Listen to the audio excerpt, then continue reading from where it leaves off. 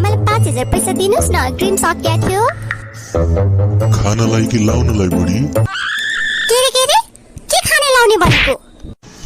होइन, अस्ति 1 महिना अगाडि पनि क्रिम किन्ने भनेर 10,000 पैसा दिएको थिएँ त मैले।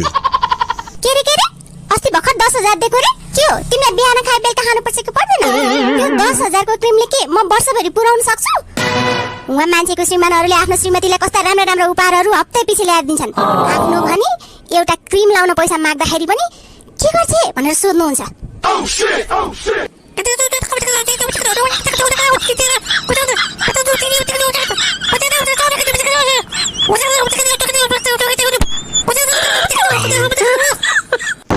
भयो बुढी भयो, कान खायो मेरो।